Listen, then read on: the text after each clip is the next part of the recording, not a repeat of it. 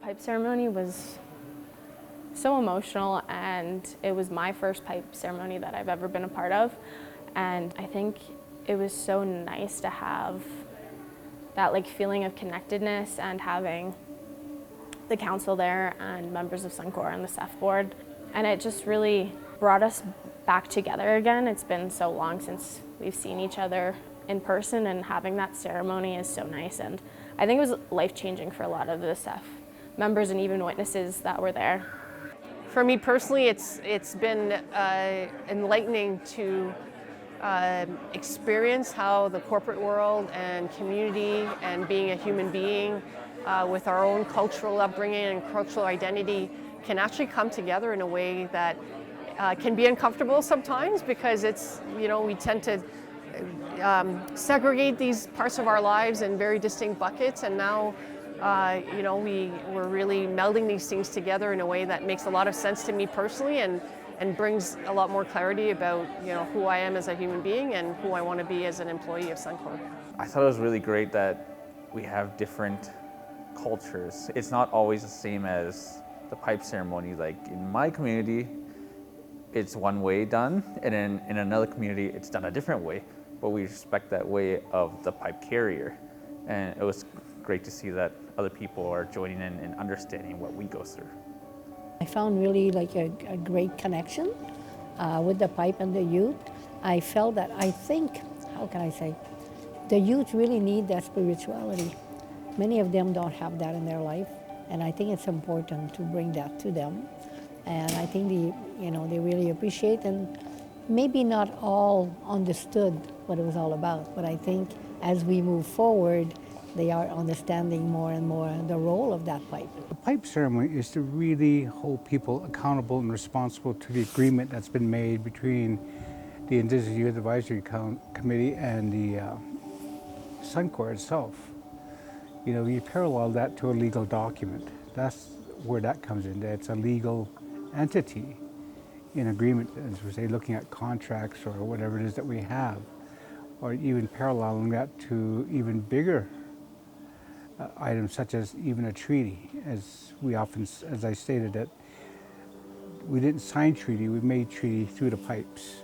Time and time again, we keep hearing, relationships are being built, respect and trust, and those terms get thrown around a lot. And from being new and coming in, I think I'm bringing in a really fresh perspective to everything. There is a strong relationship there, and it was really clear to me pretty early on through the pipe ceremony. I think there's definitely respect and trust there, so I would really like to see IYAC be more a part of actual bigger decisions and be a part of things early on. Well, we've held pipe ceremonies in many different venues.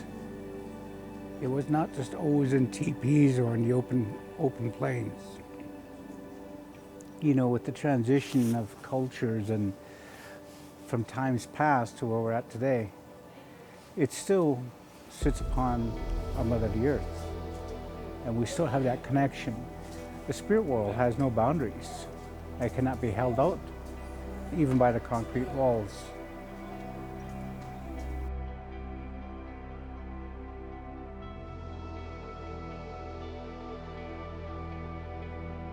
This pipe ceremony was incredible for me. I've never been part of a pipe ceremony, wasn't really sure what to expect, but I found an extremely deep connection to others in the room, to the IYAC, to the youth.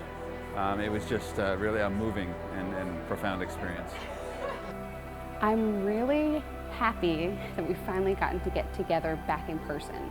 The last 2 years have obviously been impacted by COVID, and being able to come together in ceremony and in person and in circle has been extremely empowering and really reawakened that excitement and that interest and that connection that we have with each other. I think one of the greatest lessons I've received from the Indigenous Youth Advisory Council is the importance of ceremony, whether that's through the work that we're doing with Grandmother Francine or Elder Casey and the young people themselves. We're really intent on having ceremony be a big part of the work that we're doing with them. So that's been integrated throughout all of the work that we do with them very directly. And something like a pipe ceremony to see in the corporate boardrooms of Suncor was just super impactful. I got to see leaders I've been working with within Suncor for many years, like, come into their hearts, know things through that heart connection and the connection to the head and the heart. And ceremony does that. It's an emotional process to go through as we think through what this means to us and committing ourselves to this relationship to do better, to be challenged, and to be part of something that, you know, allows us all to grow as individuals and as an organization. It's amazing to be back together after coming through the pandemic and to be in person.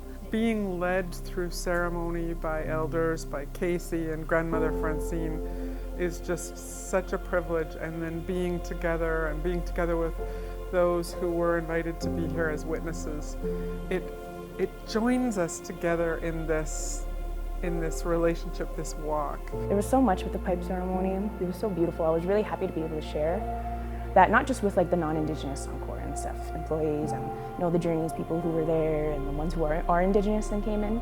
Like, that was a very good experience, as is just with them. I'm happy to share that with them. But we know what we want from Suncor and SEF.